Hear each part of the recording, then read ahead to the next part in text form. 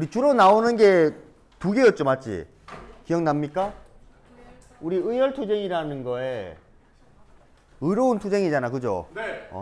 우리 첫 번째 투쟁이 우리가 의열단이라고 하는 단체였고요, 맞지?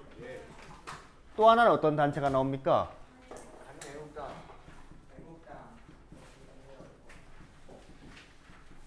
한인애국단이라는 이 두 개의 단체가 나왔었습니다. 우리 기억하죠?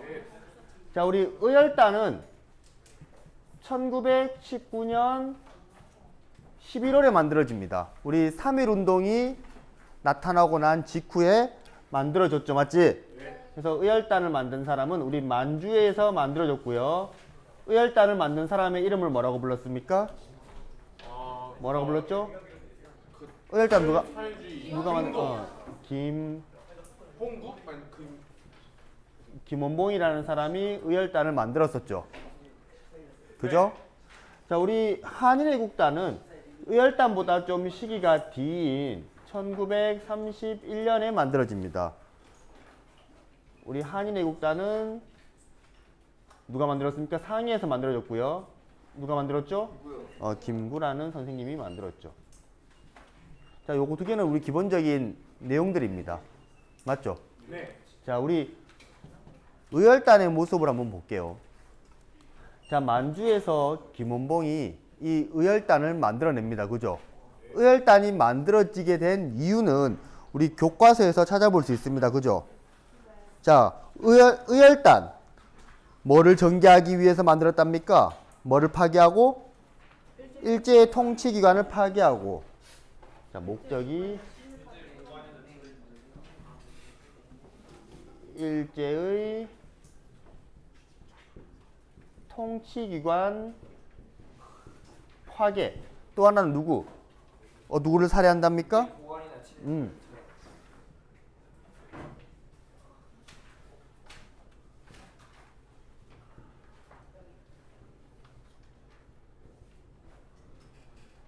자, 일제의 통치기관을 파괴하고요. 일제의 고관이나 친일파들을 처단하기 위해서 의열단이 만들어집니다. 그죠? 자, 우리 의열단에서 뚜렷한 목표를 잡습니다. 우리 목표 보입니까? 목표. 목표 몇 대 목표래요? 4대 목표. 4대 목표가 뚜렷이 있죠. 그 다음에 또 뭐도 있습니까? 5가지 파괴. 5가지를 오파괴, 5가지를 파괴한답니다. 뭐를 파괴한대요?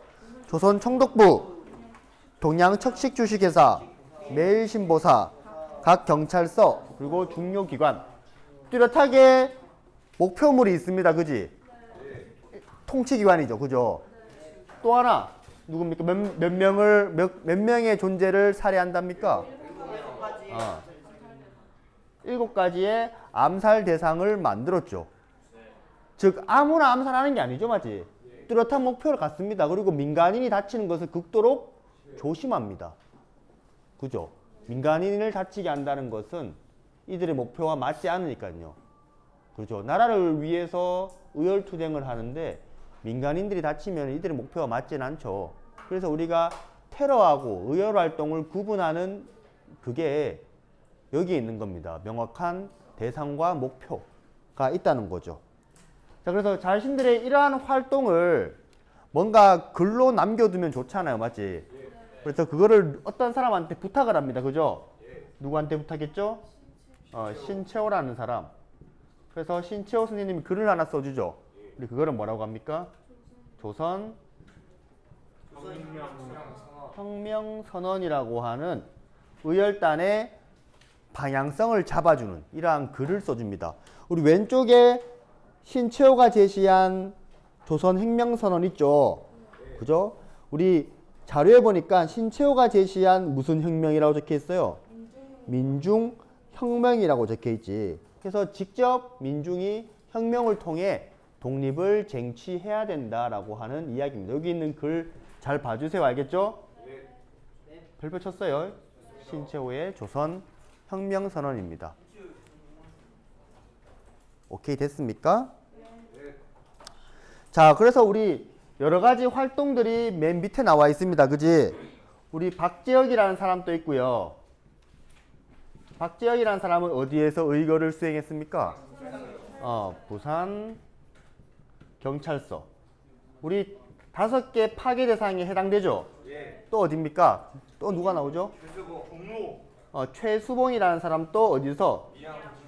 밀양에 있는 경찰서를 파괴합니다. 또 누구 있습니까? 김익상이라는 상이 있죠. 이 사람은 어디 경찰서? 조선 총독부를 파괴하려고 시도했고요. 그 다음에 김상옥이라는 사람은 어떤 경찰서죠? 종로 경찰서를 파괴합니다. 이 종로 경찰서가 정말 이름 높았거든. 독립운동가 잘 잡기로. 그 다음에 우리 나석주라는 사람도 있죠. 나석주라는 사람은 우리 토지조사 사업으로 우리나라의 토지를 굉장히 많이 빼앗아 갔었던 어디? 동양 척식 주식회사의 의거를 시행했습니다. 자, 이렇게 개인적인 투쟁인 거죠. 맞죠? 그런데 이게 사실상 한계가 있었습니다. 그죠? 아무리 이들이 이렇게 한들 일본에게 큰 타격이 있다 없다? 큰 타격이 없는 거죠. 오히려 일본은요, 이들을 테러범이라고 규정하고요, 이들의 활동에 대한 굉장히 비판적으로 이야기합니다. 그래서 이 김원봉이 생각을 했던 겁니다. 이런 많은 사람들이 희생을 통해서 각종 통치기관도 파괴하고 요인 암살도 시도하는데 일본이 큰 흔들림이 없다는 거죠. 무슨 말인지 이해돼요? 그래서 이러한 활동들, 개인적 투쟁의 한계를 느끼고요. 어떤 투쟁을 하기 위해서 방향성을 바꿉니까? 조직적인 항일 투쟁 뭐입니까? 네.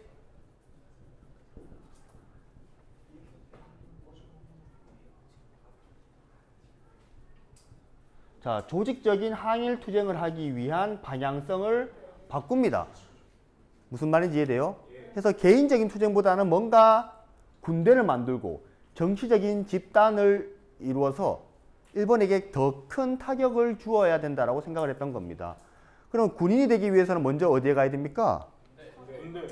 사관학교에 들어가야겠죠, 맞지? 그런데 얘들이 세운 학교가 있어 없어? 없죠, 맞죠? 그래서 일단 중국인이 세워놓은 사관학교에 입학합니다. 그 학교 이름이 뭡니까?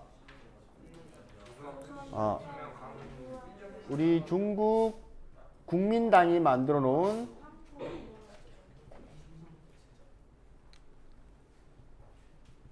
황푸 군관학교에 입학합니다.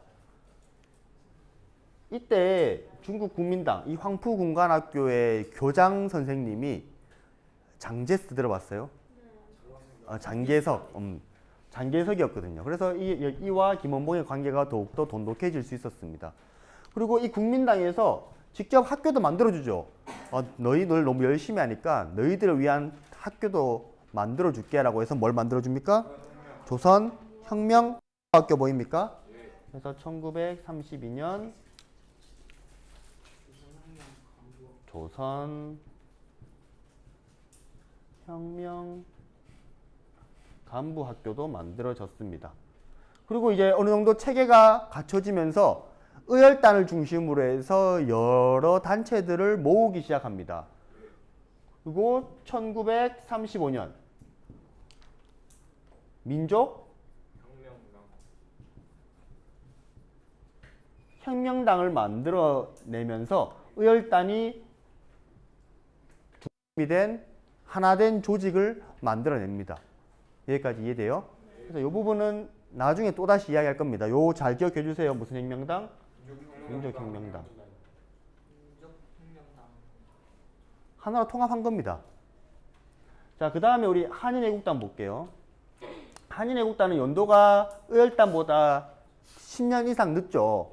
그죠? 한인애국단은 임시정부에서 만든 겁니다. 그죠? 김구가 만든 단체인 거죠. 자, 그러면 31년에 만들었던 당시 배경을 잠깐 보면 우리 한인애국단이 만들어질 질 시기에 일제의 대륙 침탈이 본격화됩니다. 우리 대표적인 사건으로 1931년 만주사변이 있었고요. 뒤이어서 만주국을 세우기도 했습니다. 우리 일제가 이렇게 대륙 침탈이 본격화된 거는 경제적인 상황이 일본을 이렇게 만들었다고 이야기했죠. 맞지? 그게 우리가 했었던 1929년 무슨 대공황? 경제대공황이죠. 그래서 일제는 이러한 경제대공황을 타개하기 위한 방법 중에 한 개로 뭘 선택합니까? 결국에 또다시 식민지를 넓히는 방향으로 선택한 겁니다. 일본이 선택할 수 있는 카드가 많지는 않았겠지만 가장 안 좋은 카드를 골랐던 거겠죠. 맞죠? 대륙 침탈을 본격화합니다. 그러다 보니까 누구랑 사이가 좋지 않았겠어요? 당연히 중국과 일본 사이가 좋지 않겠죠. 우리의 입장에서는 기회입니까? 기회이지 않습니까? 하나의 기회죠. 이때 김구가 생각했던 겁니다. 우리 이러한 상황에서 어디에 침체를 극복하기 위해서 임시정부가 지금 힘들죠? 왜 힘들었어요? 내부 분열이었죠. 맞죠? 내부에서 독립운동의 방향성에 대한 분열도 있었고 돈이 부족하다 보니까 독립운동을 할 힘도 없었습니다. 그죠? 이렇게 해서 임시정부가 굉장히 침체되어 있는데 김구는 우리 국민당과 손을 잡으면 우리 독립운동에 많은 자금과 힘을 보태주지 않을까라고 생각을 했던 겁니다. 무슨 말인지 이해돼요? 그래서 우리 한번 활동들, 정계 활동들 한번 살펴보면은 우리 대표적인 인물로 두 명의 인물이 나오죠. 한 분은 누굽니까? 이봉창이라고 하는 인물이죠. 그죠? 자, 이봉창은 우리 알다시피 일본 도쿄에 가서 맞죠? 일본으로 가서 누구한테 폭탄을 던졌습니까? 일본 일왕 마차에 폭탄을 던지죠. 비록 실패는 했지만 이 사건이 일본의 입장에서는 굉장히 충격적입니다. 왜 그럴까요? 일본의 왕을 직접 저격했다는 소리잖아요. 맞지? 그래서 일본에서는 굉장히 큰 충격을 받고요. 특히 중국에서, 지금 중국과 일본의 사이가 좋아 나빠? 나쁘죠? 자, 이 폭탄 시도를 중국에서 신문 기사로 냅니다.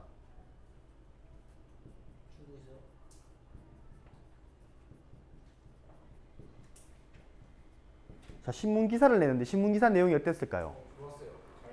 아쉽게도 한인 애국단 소속의 이봉창이 시도한 일왕의 암살 시도는 아깝게 실패했다라고 기사를 냅니다. 이 누가 열받았을까요? 당연히 일본이 열받죠. 아까워? 아깝다고? 자, 이 신문 기사를 하나의 트집 잡아가지고요. 어디를 공격해 버렸을까요? 일제가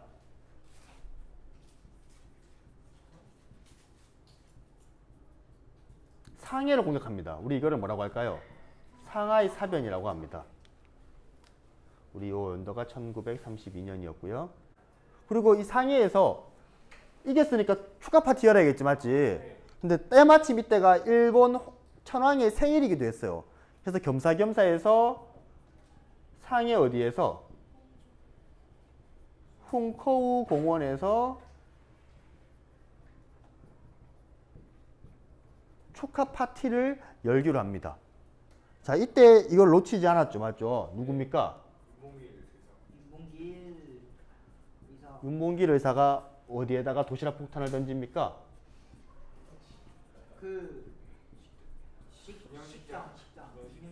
상해 훈커우 공원 축하연에서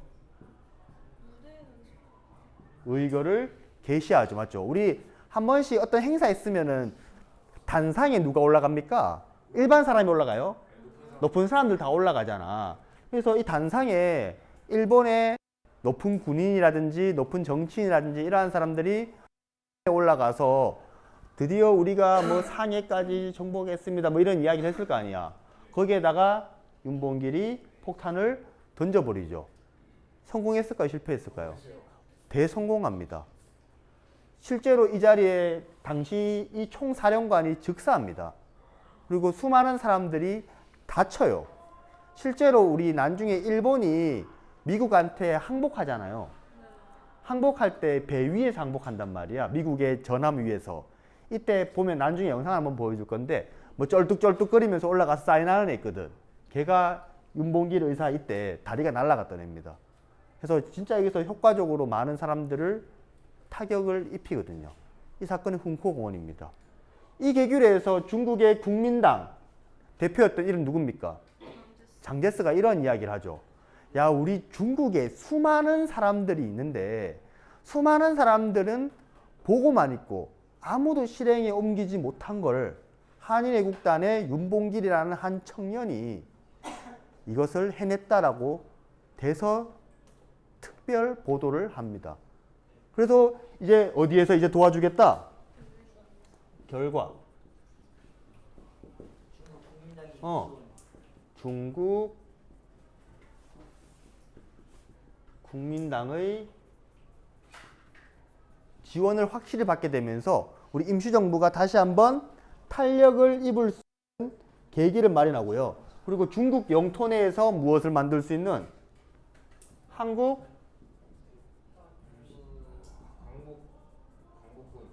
광복군을 창설할 수 있는 토대도 마련하게 됩니다. 본격적으로 중국 국민당과 손을 잡고 연대하기 시작했다는 거지. 그죠? 자, 일본은 여기에서 끝냈을까요? 상해사변에서요? 더욱더 확대해 갑니다. 그리고 본격적으로 1937년부터는 중국과 일본의 본격적인 전쟁이 터지죠. 우리 이거를 줄여서 무슨 전쟁이라고 할까요? 중일 전쟁이라고 합니다. 온 영토가 쑥대밭이 됐을 때 우리 임시정부는 상해에 있을 수 있을까요? 없죠, 맞죠? 그래서 국민당을 따라 이곳저곳 이동하다가 최종적으로 어디에 정착을 하면서 충칭 들어봤어요?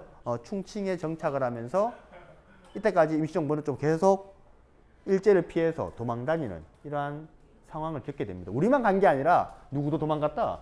이 국민당도 같이 갑니다. 온 중국이 전쟁터가 되어 있으니까. 무슨 말인지 이해돼요?